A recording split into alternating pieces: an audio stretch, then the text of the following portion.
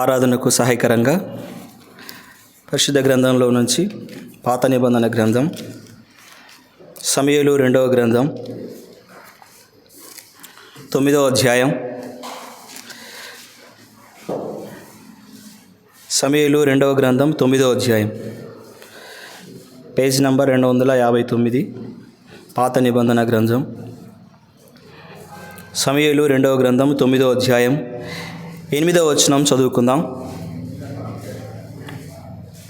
సమూయేలు 2వ గ్రంథం 9వ అధ్యాయం 8వ వచనం అటు చదువుకుందాం. అతడు నమస్కరించి, చచ్చిన కుక్క వంటి వాడునైనా నా ఎడల నీవు దయచూపుటకు నీ దాసుడునగు నేను ఎంతటి వాడును అనేను. మరొకసారి చదువుకుందాం. అతడు నమస్కరించి, చచ్చిన కుక్క వంటి వాడనైనా నా ఎడల నీవు దయచూపుటకు నీ దాసుడునగు నేను ఎంతటి వాడను అనేను. చదువుబడిన లేఖన భాగాన్ని మనం గమనించినట్లయితే, ఆరాధనకు చేరి వచ్చిన మనమందరం కూడా మన ప్రభువు ఏమై ఉన్నాడు, ఆ ప్రభు మన జీవితాల్లో చేసినటువంటి ఆ మేలు ఏంటి అనేటువంటి అంశాన్ని మనం గమనించుకొని ఆయన్ని ఆరాధించేవారిగా మనం ఉండాలి. ఇక్కడ చదవబడిన ఈ లేఖన భాగాన్ని బట్టి మనం ఏం గమనించాలి అని అంటే, పాపి అయినటువంటి మానవుని పట్ల దేవుని ప్రేమ ఎట్టిది, దేవుని ప్రేమ ఎలాంటి ప్రేమ అనేటువంటి అంశాన్ని మనం గమనించినప్పుడు ఇక్కడ ఒక వ్యక్తి కనబడుతున్నాడు. ఆ వ్యక్తి పేరేంటంటే, ఇక్కడ మనం చూసినప్పుడు 6వ వచనంలో చూడండి, 6వ వచనం, సౌలు కుమారుడైన యోనాతానుకును పుట్టిన మెఫీబోషెతు. ఒక వ్యక్తి గురించి ఇక్కడ మనం గమనించవచ్చు. ఇద్దరు వ్యక్తుల మధ్య జరిగినటువంటి సంఘటన, దావీదు మెఫీబోషెతు పట్ల దయ చూపించినటువంటి సంఘటన ఇక్కడ మనం చూడవచ్చు. ఈ విషయాన్ని మనం గమనించినట్లయితే ఇక్కడ మెఫీబోషెతు మనందరికీ సాదృశ్యంగా కనబడుతూ ఉన్నాడు. ఇక్కడ దావీదు దేవునికి, మన ప్రభు అయినటువంటి యేసుక్రీస్తుకి సాదృశ్యంగా మనం గమనించవచ్చు. ఇక్కడ మెఫీబోషెతు పట్ల దావీదు చూపించినటువంటి దయ, కరుణ ఎట్లాంటిదో ఈ విషయాల్లో మనము గమనించవచ్చు. మెఫీబోషెతు ఎలాంటి వ్యక్తి అని ఆలోచన చేసినప్పుడు సమూయేలు గ్రంథంలోని 9వ అధ్యాయం 1వ వచనంలో, యోనాతానును బట్టి నేను ఉపకారం చూపుటకు సౌలు కుటుంబంలో ఎవడైనా కలడా అని. ఈ మెఫీబోషెతు ఎవరంటే, సౌలు కుటుంబంలో ఉన్నటువంటి, సౌలు మనవుడు, యోనాతాను యొక్క కుమారుడు అని మనం గమనించవచ్చు. సో ఎట్లాంటి వాడు, సౌలుకి దావీదుకు ఉన్నటువంటి ఆ స్నేహం ఎట్లాంటిది అంటే శత్రుత్వం కదా, శత్రువులుగా ఉన్నటువంటి వారు. సో ఆ విషయాన్ని మనం చూసినప్పుడు 19వ అధ్యాయంలో కూడా ఒక మాట, 2వ సమూయేలు గ్రంథం 19వ అధ్యాయంలో 28వ వచనంలో ఒక మాట మనం చూద్దాం. మెఫీబోషెతు యొక్క క్యారెక్టర్ ఎట్లాంటిది అనేటువంటి విషయాన్ని. 19వ అధ్యాయం 28వ వచనం, నా తండ్రి ఇంటి వారందరూ నా ఏలిన వాడవు రాజునగు నీ దృష్టికి మృతుల వంటి వారమై ఉండగా. అదే శత్రువు అయినటువంటి సౌలుకు దావీదుకు ఉన్నటువంటి ఆ శత్రువు, అంటే ఆ శత్రుత్వం కలిగినటువంటి ఒక వ్యక్తిగా మనం చూడవచ్చు. అంటే మెఫీబోషెతు దావీదు జీవితంలో మన దావీదు చూసినప్పుడు ఆ మెఫీబోషెతు యొక్క క్యారెక్టర్ ఎట్లాంటిదంటే, మృతుల వంటి వారమై ఉండగా, మీ దృష్టికి రాజువగు నీ దృష్టికి మృతుల వంటి వారమై ఉండగా. ఇక్కడ మెఫీబోషెతు యొక్క క్యారెక్టర్ ఏంటంటే, శత్రువై ఉన్నప్పుడు దావీదు మెఫీబోషెతు పట్ల ప్రేమను చూపించాడు, దయను చూపించినట్లుగా మనం చూడవచ్చు. అలాగైతే మన ప్రభు మన పట్ల కూడా మనం శత్రువులమై ఉండగా, రోమిలికి రాసిన పత్రిక 5వ అధ్యాయం 10వ వచనంలో, ఏలైనగా మనము శత్రువులమై ఉండగా మన పట్ల ఆయన ప్రేమను, దయను, మన పట్ల కనికరమును చూపించినట్లుగా మనం చూస్తుంటున్నాం. సౌలు దృష్టిలో దావీదు శత్రువుగా మనకు కనబడుతున్నాడు. అలాగే మనం కూడా ఒకప్పుడు దేవునికి ఎట్లా ఉన్నాం, శత్రువులమై ఉండగా, దేవునికి దూరంగా ఉన్నప్పుడు, అలాంటి పరిస్థితుల్లో ఉన్నప్పుడు మన ప్రభు మనల్ని ఏం చేశాడు, పాపముల ద్వారా, అపరాధముల ద్వారా చనిపోయినటువంటి మనల్ని, ఎఫెసీయులకు రాసిన పత్రిక 2వ అధ్యాయం 1వ వచనంలో, జీవం లేనటువంటి మనల్ని, ఆత్మ సంబంధమైన జీవం లేనటువంటి మనల్ని దేవుడు మరలా తిరిగి బ్రతికించినట్లుగా, మన పట్ల దయ చూపించినట్లుగా మనం చూస్తూ ఉంటున్నాం. కాబట్టి శత్రువులమై ఉన్నప్పుడు, అంటే మెఫీబోషెతు ఎలా ఉన్నాడు, దావీదుకి శత్రువుగా ఉన్నప్పుడు, అలాంటి పరిస్థితుల్లో ఉన్నప్పుడు మెఫీబోషెతు పట్ల దావీదు దయను చూపించినట్లుగా మనం చూడవచ్చు. దావీదు దయను చూపించినట్టు, మనం శత్రువులో అయినప్పుడు కూడా, చనిపోయిన స్థితిలో ఉన్నప్పుడు, మాట వినని తిరుగుబాటు చేసినటువంటి వారం ఉన్నప్పుడు, అందుకే మృతుల వంటి వారమై ఉండగా రాజువగు నీ దృష్టికి మృతుల వంటి వారమై ఉండగా, మనం కూడా ఒకప్పుడు మన పాపమును బట్టి మృతమైపోయాం, మనలో జీవం లేదు. అలాంటి పరిస్థితుల్లో ఉన్నటువంటి మనల్ని దేవుడు మరలా తన కృపచేతనే మనల్ని రక్షించినట్లుగా మనం చూస్తూ ఉంటున్నాం. కాబట్టి తిరుగుబాటు స్థితిలో ఉన్నటువంటి మనల్ని దేవుడు తన దయ చూపడానికి వచ్చాడు. దావీదు మెబ్బి భవిష్యత్తుకు ఉపకారం చూపడానికి వచ్చాడు. అలాగే మన ప్రభు అయినటువంటి యేసుక్రీస్తు వారు మన పట్ల, మనం శత్రులమై ఉండగా, మనం దీన స్థితిలో ఉన్నప్పుడు మన ప్రభు అయినటువంటి యేసుక్రీస్తు వారు ఉన్నతమైన సింహాసనాన్ని మన కొరకే వదిలి భూమి మీదకి వచ్చాడు. అందును బట్టి మన ప్రభువుని మనం ఘనపరిచేవారిగా ఉండాలి. ప్రభువా, నేను ఒకప్పుడు నీకు శత్రువై ఉన్నప్పుడు నన్ను కరుణించి నా పట్ల దయ చూపించినందుకై స్తోత్రములు అని మన ప్రభువుని ఘనపరిచేవారిగా ఉండాలి. రెండవదిగా ఈ మెఫీబోషెతు యొక్క క్యారెక్టర్ విషయంలో మనం ఆలోచన చేసినట్లయితే 9వ అధ్యాయం 3వ వచనంలో చూడండి. రాజు యెహోవా నాకు దయ చూపినట్లుగా నేను ఉపకారము చేయుటకు సౌలు కుటుంబంలో ఎవడైనా ఒకడు శేషించి ఉన్నాడా అని అతన్ని అడుగా, షీబా యోనాతానుకును కుంటి కాళ్ళు గల కుమారుడొకడున్నాడని రాజుతో మనవి చేసెను. సో రెండవదిగా మెఫీబోషెతు ఆయన లక్షణాన్ని మనం ఆలోచన చేసినట్లయితే కుంటివాడిగా ఉన్నాడు. ఇక్కడ ఈ విషయాన్ని మనం గమనించినప్పుడు దావీదు మెఫీబోషెతు పట్ల దయ చూపించాడు. సో మొదటిగా శత్రువై ఉన్నప్పటికీ కూడా దయ చూపించాడు. రెండవదిగా కుంటివాడిగా ఉన్నప్పుడు. ఆయన ఆ లేవికాండంలో మనం ఒక విషయాన్ని గమనించినట్లయితే దేవుని సమీపముగా వచ్చినప్పుడు ఎట్లా ఉండాలంటే మనం పరిశుద్ధంగా ఉండాలి, అన్నీ కూడా సక్రమంగా ఉండాలి. చూడండి, లేవికాండము 21వ అధ్యాయము, లేవికాండం 21వ అధ్యాయము 18వ వచనం. 21వ అధ్యాయం లేవికాండం 21వ అధ్యాయము 18వ వచనం. ఏలైనగా ఎవని యందు కలంకముండునో వాడు గ్రుడ్డివాడే గాని, కుంటివాడే గాని, ముక్కడివాడే గాని, విపరీతమైన అవయములు గల వాడే గాని, కాలైనను చేయనను విరిగిన వాడే కానీ, గూనివాడే కానీ, గుజ్జువాడే కానీ, కంటిలో పువ్వు గలవాడే కానీ, గుజ్జు గలవాడే కానీ, చిగురుడు గలవాడే కానీ, వృషణంలో నలిగిన వాడే కానీ సమీపింపకూడదు, ఆయన సన్నిధికి సమీపించకూడదు అనేటువంటి విషయాన్ని మనం ఇక్కడ ఆలోచన చేస్తూ ఉన్నాం. కాబట్టి మన జీవితంలో కూడా ఆయనను సమీపించడానికి కూడా అవకాశం లేనటువంటి పరిస్థితి అన్నమాట. సో కాబట్టి ఆత్మీయమైనటువంటి కుంటితనం మనలో ఉంది, పాపం అనేటువంటి కుంటితనం ఒకప్పుడు మన జీవితంలో ఉంది. కాబట్టి అలాంటి పరిస్థితుల్లో ఉన్నటువంటి మనల్ని దేవుని సన్నిధిలోనికి ఆయనకు మనల్ని నడిపించినట్లుగా మనం చూస్తూ ఉంటున్నాం. ఆయన సన్నిధిలోనికి మనల్ని నడిపించాడు. ఆనాడు మెఫీబోషెతుకు కుంటివాడైనప్పటికీ ఆ దావీదు దయ చూపించి అతని ఆయన యొక్క సన్నిధిలోనికి చేర్చుకున్నట్లుగా మనం చూస్తూ ఉంటున్నాం. చూడండి, 9వ అధ్యాయంలోనే ఆయన రాజు యొక్క గృహంలోనికి చేర్చుకున్నట్లుగా మనం చూస్తూ ఉంటున్నాం. 11వ వచనం, నా ఏలిన వాడకు రాజు తన దాసునికి ఇచ్చిన ఆజ్ఞ అంతటి చెప్పున నీ దాసుడనైనా నేను చేసేదనని సీబా రాజుతో చెప్పగా, కాగా మెఫీబోషెతు రాజు కుమారులో ఒకడైనట్టుగా రాజు బల్ల యొద్దనే భోజనము చేయుచుండెను. ఇప్పుడు చూడండి, అర్హత లేనటువంటి మెఫీబోషెతుకు దావీదు ఏం చేశాడు?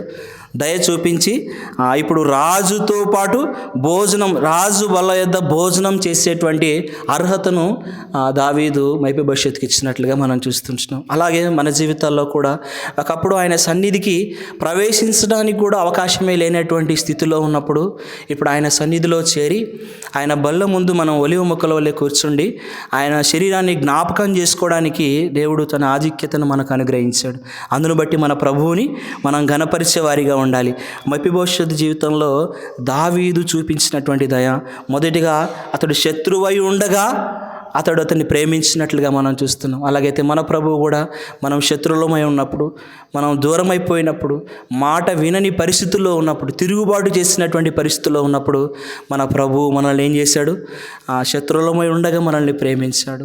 రెండవదిగా మనం ఆత్మీయమైనటువంటి కుంటితనం, పాపం అనేటువంటి కుంటితనంలో మనం ఉన్నప్పుడు, ఆయన సన్నిధికి రాలేనటువంటి పరిస్థితుల్లో ఉన్నప్పుడు, ఆయన సన్నిధికి నడవలేనటువంటి పరిస్థితుల్లో ఉన్నప్పుడు మన ప్రభువే మనల్ని ఏం చేశాడు?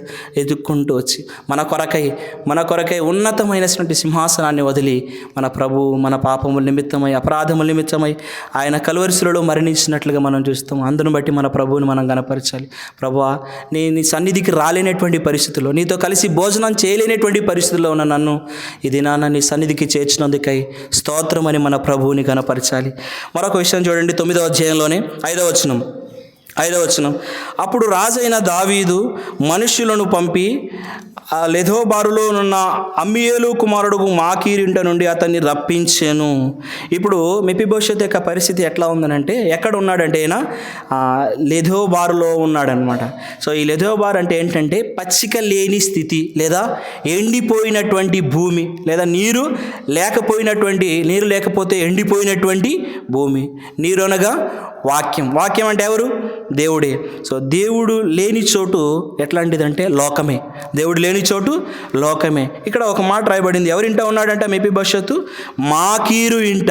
సో మాకీరు అంటే అర్థం ఏంటంటే అమ్మబడినవాడు. మాకీర్ అనగా అర్థం ఏంటంటే అమ్మబడినవాడు. అలాగైతే మెఫీబోషెతు ఎక్కడున్నాడు ఇప్పుడు? అమ్మబడిన వాడి దగ్గర. ఒకప్పుడు మన జీవితాల్లో కూడా దేనికి అమ్మబడ్డాం? పాపానికి అమ్మబడ్డాం, అవునా కదా? పాపానికి అమ్మబడినటువంటి వారం, శాపానికి అమ్మబడినటువంటి వారం. ఒకప్పుడు మన జీవితాలన్నీ కూడా పాపానికి అమ్మబడినటువంటి స్థితిలో ఉన్నాం. రోమీయులకు రాసిన పత్రిక 7వ అధ్యాయం 14వ వచనంలో పాపమునకు మనం అమ్మబడిన వారము. దేనికి అమ్మబడ్డాం మనం? పాపమునకు అమ్మబడ్డాం. మాకీరింటిలో నుంచి అతన్ని రప్పించినట్లుగా మనం చూస్తున్నాం. దావీదు మాకీరింటిలో నుంచి మెఫీబోషెతును రప్పించినట్లుగా మనుషులను పంపి రప్పించాడు.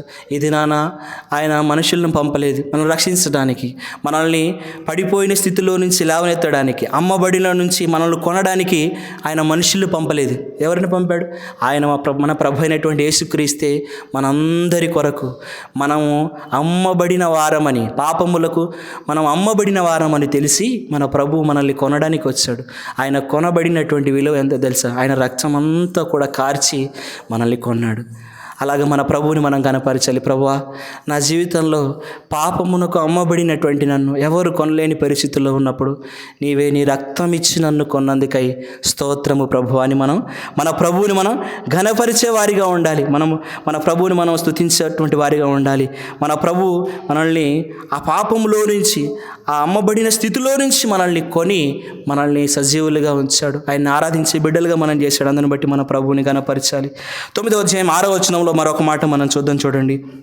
6వ వచనంలో, సౌలు కుమారుడైన యోనాతానుకు పుట్టిన మెఫీబోషెతు దావీదు నొద్దకు వచ్చి సాగిలపడి నమస్కారము చేయగా దావీదు మెఫీబోషెతు అని అతన్ని పిలిచినప్పుడు అతడు చిత్తము నీ దాసుడనైనా నేనున్నాను. సో మెఫీబోషెతు ఎవరంటే ఇప్పుడు దాసుడు కదా, దాసుడు. ఇప్పుడు మెఫీబోషెతు అడగొచ్చు కదా, ఎందుకంటే వాళ్ళ తాత ఎవరు? సౌలు కదా. సౌలు చాలా పవర్ఫుల్, అట్లాంటిది రాజు, మొదటి రాజు కదా. నేను రాజు, మా తాత సౌలు అని చెప్పేసి గర్వంగా చెప్పవచ్చు. కానీ ఏమని ఒప్పుకుంటున్నాడంటే, నేను నీ దాసుడనైనా నేనున్నానని, చిత్తము నీ దాసుడనైనా నేనున్నానని. ఇప్పుడు దాసుడైన మెఫీబోషెతు యొక్క స్థితి ఇప్పుడు సో రాజు కుమారునిగా చేస్తున్నాడు చూడండి దావీదు కదా. అలాగే మన జీవితాల్లో కూడా దాసులమైనప్పుడు, ఒకప్పుడు దేనికి దాసులమైనా మనం? పాపానికి దాసులమైనాం కదా, శాపానికి మనం దాసులమైనాం. ఎటు పడితే అట తిరిగినటువంటి వాళ్ళమే, లోకంలో తిరిగినటువంటి వాళ్ళమే. అలాంటి పాపానికి దాసులుగా చేయబడినటువంటి మనల్ని ఇప్పుడు ఏం చేశాడు దేవుడు? ఆయన సన్నిధిలోనికి తీసుకుని వచ్చాడు. ఇక్కడ చూడండి, దాసుడైనటువంటి మెఫీబోషెతు యొక్క జీవితం ఒక స్థితి. సో దాసుడుగా ఉన్నటువంటి స్థితిలో నుంచి ఇప్పుడు రాజుకుమారుడిగా కదా, మెఫీబోషెతు రాజుకుమారులు ఒకడైనట్టుగా రాజు బల్ల యొద్దనే భోజనము చేయుచుండెను. రాజు బల్ల యొద్దనే భోజనం చేయుచుండెను. ఎంత గొప్ప ఆధిక్యత దేవుడు అనుగ్రహించినట్లుగా మనం చూస్తుంటున్నాం. 9వ అధ్యాయం 11వ వచనంలోనే రాజు కుమారులు ఒకడైనట్టుగా రాజు బల్ల యొద్దనే మెఫీబోషెతుకు అవకాశం అనేటువంటిది కలిగినట్లుగా మనం చూస్తుంటున్నాం. సో మనం కూడా పాపమునకు దాసులంగా ఉంటిమి. ఇప్పుడు మనం దేనికి దాసులంగా చేయబడ్డాం? నీతికి దాసులుగా చేయబడ్డాం. అది మన ప్రభు రక్తం వల్లనే, మన ప్రభు రక్తంలో కడగబడినటువంటి వల్లనే. అందుకే మొదటి పేతురు 2వ అధ్యాయం 9వ వచనంలో, అయితే మీరు ఆశ్చర్యకరమైనటువంటి చీకటిలో నుంచి వెలుగులోనికి పిలిచినటువంటి ఆయన గుణాతిశయములను ప్రచురం చేయుటకు రాజులైన యాజక వంశముగా మనం పిలువబడ్డాం. ఇప్పుడు అందరం మనం ఎవరంట? రాజులుగా చేయబడ్డాం. ఒకప్పుడు మనం దాసులుగా ఉన్నటువంటి వాళ్ళం, ఎటు పడితే అటు తిరిగినటువంటి వాళ్ళమే, దేనికి పడితే దానికి మ్రొక్కినటువంటి వాళ్ళమే. అలాంటి మనము ఇప్పుడు దేనికి దాసులుగా మనం చేయబడ్డాం? ఆయన నీతికి మనల్ని దాసులుగా చేశాడు. సో బట్టి మనం ఇప్పుడు రాజులైన యాజక సమూహముగా మనం కూర్చుంటాం. ఒకప్పుడు మన జీవితం చీకటి చీకట్లో ఉన్నటువంటి వారం ఆశ్చర్యకరమైనటువంటి వెలుగులోనికి పిలిచినటువంటి వాని యొక్క గుణాతిశయములను ప్రచురం చేయడానికి మనం అందరం కూడా రాజులుగా మనం చేర్చబడ్డాం. ఇట్టి ఆధిక్యతనిచ్చినటువంటి గొప్ప దేవుని మనం ఏం చేయాలి? గణపరచాలి. ప్రభు, ఒకప్పుడు నేను పాపానికి దాసులై ఉంటిని, ఇప్పుడు నన్ను నీ యొక్క సన్నిధిలో రాజులుగా కూర్చుండబెట్టి మీ బల్లలో చేయి వేసేటువంటి గొప్ప ఆధిక్యతను నేను నాకు అనుగ్రహించినందుకై స్తోత్రము ప్రభు అని మనం గణపరిచేవారిగా ఉండాలి. అలాగే 9వ అధ్యాయం 9వ వచనంలో మరొక మాట మనం చూద్దాం. చూడండి, 9వ అధ్యాయం 9వ వచనం. అప్పుడు రాజు సౌలు సేవకుడైన సీబాను పిలువనంపి, సౌలునకును అతని కుటుంబమునకు కలిగిన సొత్తంతటికి నీ యజమానుని కుమారునికి నేను ఇప్పించి ఉన్నాను. కాబట్టి నీవు నీ కుమారులు నీ దాసులను అతని కొరకు ఆ భూమిని సాగుబడి చేసి నీ యజమానుని కుమారునికి భోజనమునకై ఆహారం కలుగునట్లు నీవును దాని పంట తేవలను. నీ యజమానుని కుమారులైన మెఫీబోషెతు ఎల్లప్పుడూ నా బల్ల యొద్దనే భోజనము చేయనని సెలవిచ్చెను.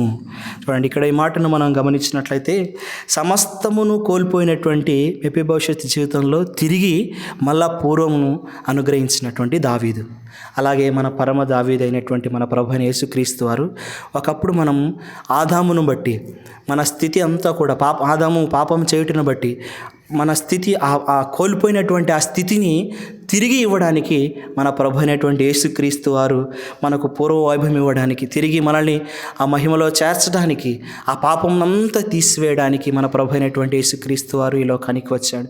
కాబట్టి ఇక్కడ మనం గమనించినప్పుడు మెఫీబోషెతుకు కోల్పోయినటువంటి సమస్తం అంతా కూడా సొత్తంతటిని తిరిగి ఇవ్వడానికి దావీదు పూనుకున్నట్లుగా, దావీదు దయ చూపించినట్లుగా మనం చూస్తుంటున్నాం. అలాగే మొదటి ఆదాము పాపమును బట్టి అన్నీ కోల్పోయినటువంటి పరిస్థితుల్లో ఉన్నప్పుడు ఆదాము ద్వారా మనకు అన్నీ సంక్రమించి, ఆ పాపమంతా సంక్రమించి, ఆ పాపమునికి ఆ మరణం నిత్య నరకాగ్నికి పాత్రులమైనటువంటి మన జీవితాల్లో ఆ నిత్య నరకంలో నుంచి కొట్టివేయబడి, ఆ పాపమంతా మన నుంచి తీసివేయబడి, మరెన్నటికీ మన పాపములు జ్ఞాపకం చేసుకునకుండా మన ప్రభు అయినటువంటి యేసుక్రీస్తు వారు ఆ పాపములన్నింటిలో నుంచి విడిపించడానికి ఈ లోకానికి వచ్చి తన రక్తమంతా కార్చివేశాడు. ఇంత గొప్ప ఆధిక్యతను ఇప్పుడు మనం పూర్వవైభవం అనుగ్రహించాడు. అంటే మనకు పాపములన్నిటిని తీసివేసి ఆయన కుమారుని యొక్క సారూప్యతలోనికి మనల్ని కూడా మార్చివేశాడు. ఆయన కుమారుని యొక్క సారూప్యతలోనికి మార్చి ఆయనలాగా మనం ఉండాలని, ఆయనలాగా మనం పాపం లేనివారుగా, పరిశుద్ధులుగా, నీతిమంతులుగా ఆయన సన్నిధిలో మనం నిలబడి ఆయన్ని ఆరాధించగలగాలని ఆ ప్రభువు మన పట్ల చూడండి కనికరం చూపించి తిరిగి మనల్ని ఆయన సారూప్యతలోనికి మార్చుకున్నాడు. ఇట్టి గొప్ప ఆధిక్యతనిచ్చినటువంటి మన ప్రభువుని ఏం చేయాలి? ప్రభువా, నా జీవితంలో ఇట్లాంటి ఆధిక్యత ఒకప్పుడు లేదు, ఈ దినాన్ని నీవు నాకు అనుగ్రహించిన విధానం బట్టి నీకు స్తోత్రమని ప్రభువుని మనం గణపరిచేవారిగా ఉండాలి. దావీదు మెఫీబోషెతు పట్ల చూపించినటువంటి దయ ఈ దినాన మన ప్రభు అయినటువంటి యేసుక్రీస్తు వారు మన పట్ల చూపించినటువంటి ఆ కనికరం ఎంత గొప్పదో మనం అర్థం చేసుకోవచ్చు. దానిని బట్టి ఆ మెఫీబోషెతు ఏమంటున్నాడంటే 8వ వచనంలో, అతడు నమస్కరించి, చచ్చిన కుక్క వంటి వాడునైన నా ఎడల నీవు దయచూపుటకు నీ దాసుడనగు నేను ఎంతటి వాడను. భౌతికమైనటువంటి మేలు చేస్తేనే మెఫీబోషెతు దావీదుని అంతగా కీర్తిస్తే, మన ప్రభు అయినటువంటి యేసుక్రీస్తు మన కొరకై తన ప్రాణమునే అనుగ్రహించాడు కదా. ఏమాత్రం కొంచెం కూడా తన రక్తం ఉంచుకొనకుండా మన కొరకై తన ప్రాణమునే అర్పించినటువంటి మన ప్రభువుని మనం ఎంత ఘనపరచాలి. కాబట్టి ఉదయకాలంలో ఆరాధనకు చేరవచ్చిన మనం అందరం కూడా ఈ 5 లక్షణాలను బట్టి మన ప్రభువుని మనం ఆరాధించే వారిగా ఉండాలి. మొదటిగా మనం ఆ మెఫీబోషెతులో మనం చూసినటువంటి విషయాన్ని మనం ఆలోచన చేసినట్లయితే, మొదటిగా శత్రువులై ఉండగా కదా, మెఫీబోషెతుకి దావీదుకి శత్రుత్వం.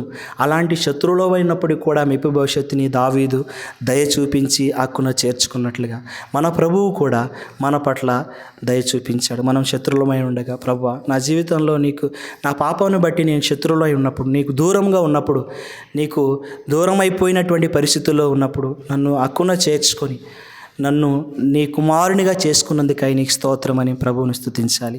రెండోదిగా కుంటితనాన్ని బట్టి ఒంటితనాన్ని బట్టి, అంటే మన పాపం, ఆత్మీయమైనటువంటి పాపాన్ని బట్టి ఆయన సన్నిధికి రాలేనటువంటి పరిస్థితుల్లో, ఆయన బల్ల దగ్గరికి రాలేనటువంటి పరిస్థితుల్లో, ఆయన మందిరానికి రాలేనటువంటి పరిస్థితుల్లో మనం ఉన్నప్పుడు మన ప్రభువు ఆయనే ఉన్నతమైనటువంటి సింహాసనాన్ని వదిలి మన కొరకై మనల్ని హక్కున చేర్చుకొని, మనల్ని రాలేమని పరిస్థితులు ఆయన తెలిసినప్పుడు ఆయనే మనల్ని ప్రేమించి ఆయన మన దగ్గర తీసుకొని ఆయన సన్నిధిలో ఆయన బల్ల ముందు మనల్ని అందరినీ కూర్చుండబెట్టాడు.